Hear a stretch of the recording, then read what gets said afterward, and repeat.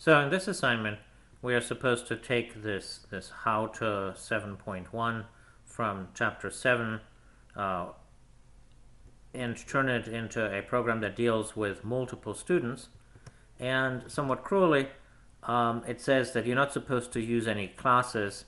All you're supposed to be using is this gradebook class that contains the main method, and then add whatever static methods you might want as helper methods. So the point of this is to show you how difficult it actually can be to organize a problem in this way. This is how things used to be done before objects and classes were invented, and it just does not scale all that beautifully. It can be done, of course, and so let's see what we need to do. So over here, now we started with the main method. It's actually possible to add the entire computation just in the main method because it's still not that complex. Notice, by the way, the comment here, I've activated a tool called TextStyle that makes sure that you supply the javadoc parameters with your solution, and so that means one has to put javadoc absolutely everywhere. All right, so the input format is basically simple, but we do need to deal with it. So we know that every student has a first name, a last name, and then some sequence of scores, but we don't know how many of those scores there are. But it's simple enough to deal with it. What one does is you read the first score, you read the second one, and so on, and you keep on reading. And if the hasNextInt method returns false, that would be the case here because the next thing is not an integer, then you stop and you know the line has come to an end. And how do you know that everything has come to an end? Well, at this point here, if you were to call hasNext, then it would return false because there's not even a word anymore, and then you know the sequence of students has come to an end. So here is my solution. You see the main class here, and we'll go through it in a minute. And then below you see a bunch of helper methods. Notice that each of those helper methods is a static method because main is static.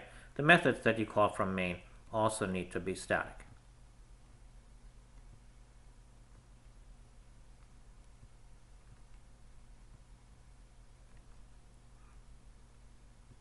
Now in main, note by the way that I've given you the hint on how you can rig this here for testing.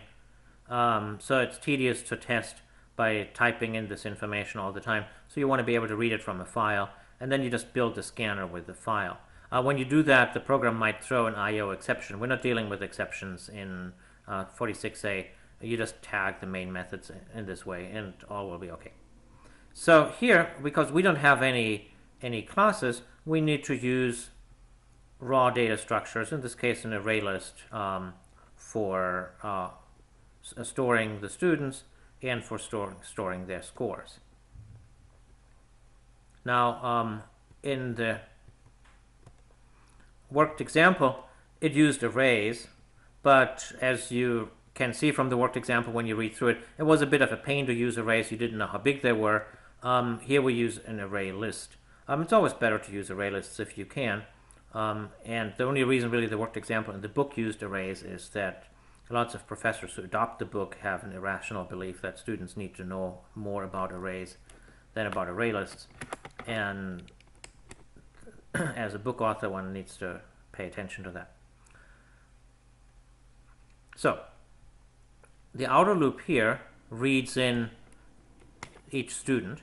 And like I said before, you know that there's no student coming anymore. If hasNext returns false, then that means there's no first name anymore. I read the first and last name, and I concatenate them and put them into the name list. Now I need to read the scores, and I need to read the scores for the student. Then I need to compute the final score by dropping the lowest one, and then I need to add the computed score to this score list here. So let's first read the scores, and that one I make myself a helper method. Let's quickly look at this helper method. That's over here. So I collect them in an array list of doubles, and while there is another one, I just add it in and return that. Now, strictly speaking, I could have, of course, put just that code in here and saved myself the trouble of making and documenting another method, but it's conceptually so much simpler here that I thought it was worth the trouble. Now, if there was only one score, then I don't subtract the lowest one, because that otherwise the poor fellow would get a score of 0. I just add, oh, this is actually, what I should have done is just add the first one in there.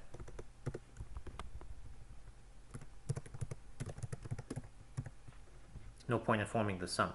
Otherwise, I form the sum of the scores minus the minimum, and again, for that I have these helper methods.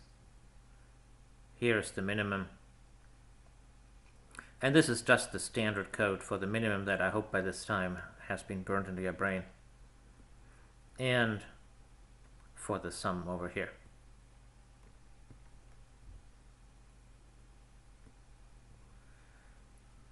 Now then, there was this other wrinkle that we need to mark the best students. So I need to find out what is the maximum. And again, I just wrote a function maximum that works exactly like minimum. And now I'm ready to do my printing. So I go through all of the names. I have parallel arrays, one for the name, one for the score.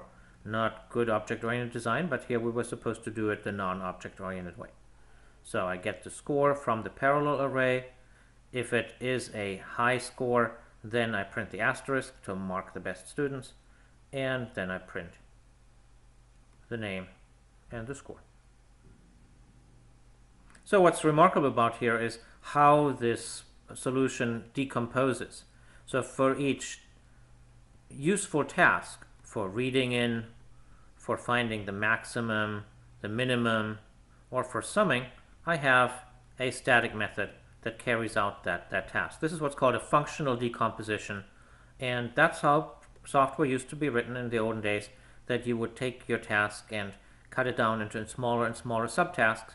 You would make a function or a static method, in today's terminology, for each of those subtasks and sub-subtasks, and you would pass the work through parameters and get the result through return values, and you would string them all together.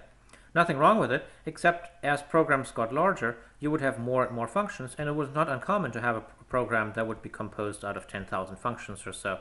And then it became quite difficult to manage where to put those functions, how to distribute the work over multiple programmers, and so on. And as you'll see in the next solution, by introducing objects, that issue is mitigated.